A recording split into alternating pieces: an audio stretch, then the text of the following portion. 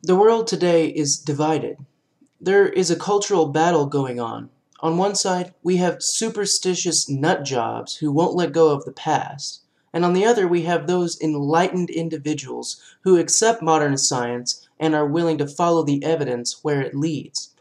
What I want to make a video about is the plague of superstition in the world today revolving around automobiles.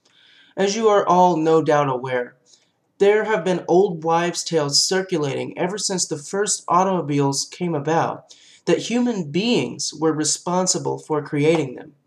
As wonderful as intelligent design may sound to those who are prone to wishful thinking, I've got a newsflash for some of you out there. Intelligent design is not science.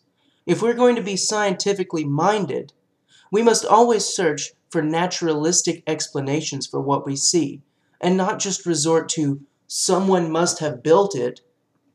Human beings are themselves, after all, nothing more than the product of random natural processes, so there's no reason to ascribe mythical levels of intelligence and creative power to them.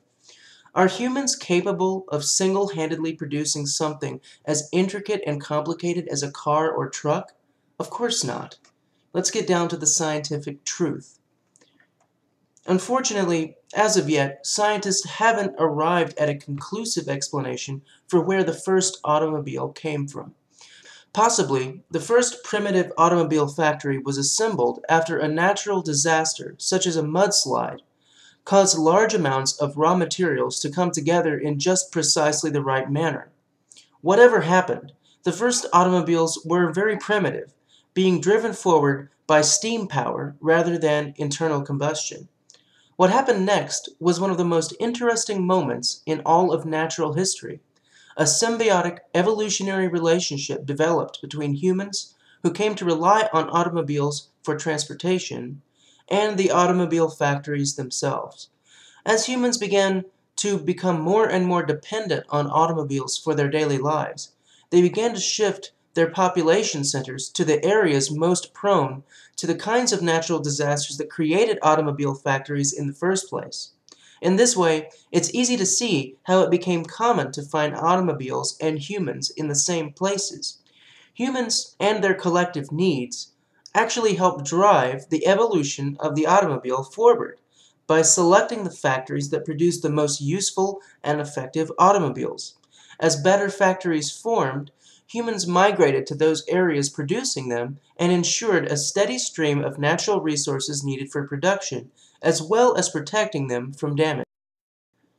Factories producing automobiles of lesser quality were neglected and eventually were either destroyed by natural forces or simply ran out of raw materials. Over time, significant changes developed in automobiles, with the formation of separate types such as cars, trucks, SUVs, and minivans, each one thriving in the environment where humans have come to find it the most useful. There's no reason to invoke the magical concept of intelligent design to explain automobiles. Using naturalistic reasoning, plausible explanations for the origin of automobiles, like the one I've just explained, are able to be provided. We've got to put a stop to the nonsense and stop letting people commit child abuse by teaching their children the arrogant idea that people are the creators of automobiles.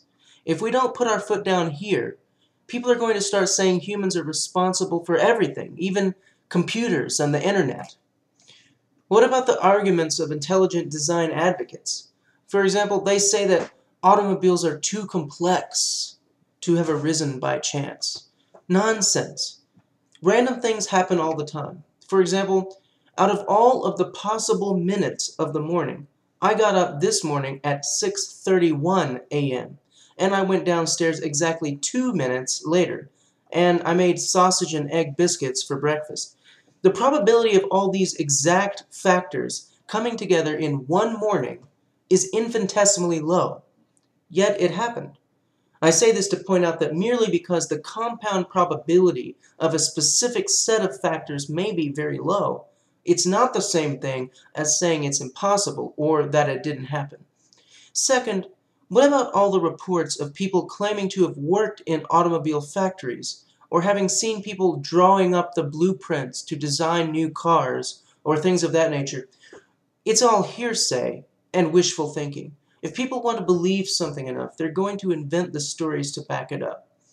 It makes people feel powerful and influential to think that humans are responsible for something so useful and complicated as automobiles, so they feel inclined to believe tall tales about car designers and factory workers. Like the people who go out and make fake crop circles, some people have even gone so far as to fabricate pictures of these things. One of the best arguments I've found against the human design of automobiles, besides the obvious fact that intelligent design is ridiculous, is the obviously poor design of many automobiles out there. Would an intelligent designer really have made something like this? Or this? Or this? And besides the obvious bad design of many automobiles out there, there's the fact that they're always breaking down and having to be repaired. If we humans had designed cars, would we really have designed them to break down every few 100,000 miles? Or, for that matter, would we have designed them to run on oil and gas, which are non-renewable resources? I don't think so. Superstition takes many forms, and intelligent design reasoning is one of the most prominent of them. Make a difference by educating others. Don't let the ignorance continue. That's all.